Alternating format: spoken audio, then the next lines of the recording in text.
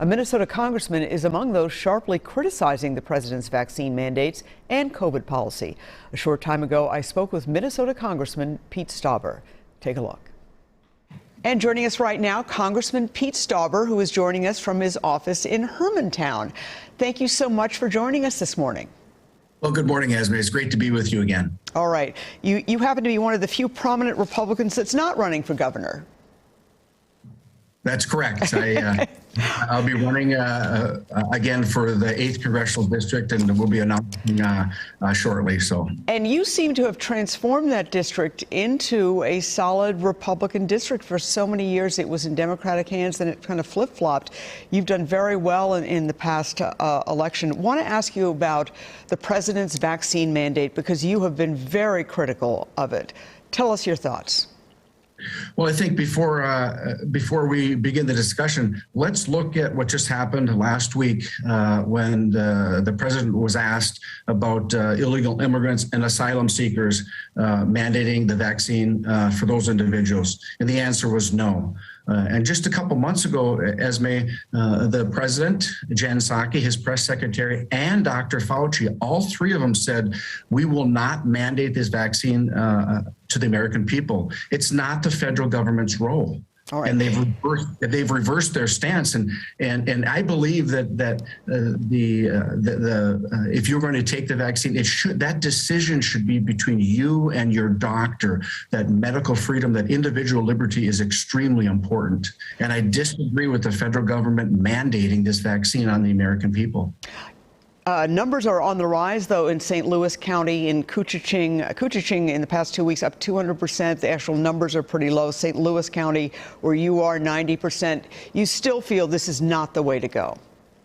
Well, I think that the important part is to allow the individual to make the decision in consultation with his or her doctor.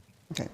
Last week, we had Congresswoman Ilhan Omar on, and she, of course, is very much opposed to Line 3. She brought several members of what's become known as the Squad up there to look at it. You have a very different view. Explain that.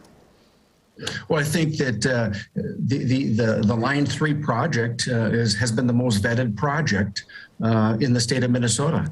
It's a safe way to transport this oil, and it provided good union jobs. It's probably 93% completed at this time, and very shortly it will be transporting oil, that energy independence that we need. And it's interesting because my colleagues that flew in and protested Line 3, presumably they flew into Minneapolis-St. Paul Airport, which is Line 3 services the Rosemont facility, the refinery in Rosemont, which produces the jet fuel for the majority of the jets coming in and out of Minneapolis-St. Paul Airport. So it's kind of hypocritical that they're protesting Line 3, which gave them the ability to fly on jets to and from our great state.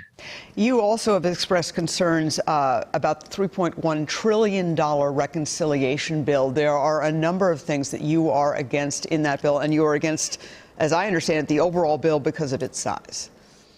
Well, I think that when we look at the $1.2 trillion infrastructure package and the 3.5 reconciliation, we know that the CBO has stated that it's going to be a $68 trillion of taxpayer money over 10 years. That's 55 trillion of taxes that are going to be put and forced upon the American people, and forced upon the middle class, and forced upon the small businessmen and women in this country. This is not the time to do it. We can do better than that. And it's a partisan package. You'll see that many amendments from the Republican side of the aisle in all the committees, the vast majority have been rejected.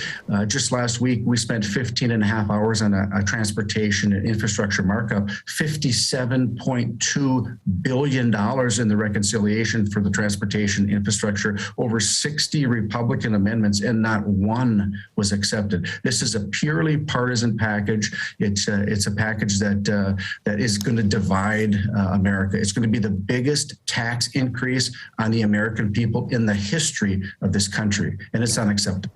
Well, Congressman Pete Stauber, thank you so much, sir. We always appreciate it. Have a nice day. And again, thank you for joining us from Hermantown. Thank you, Esme.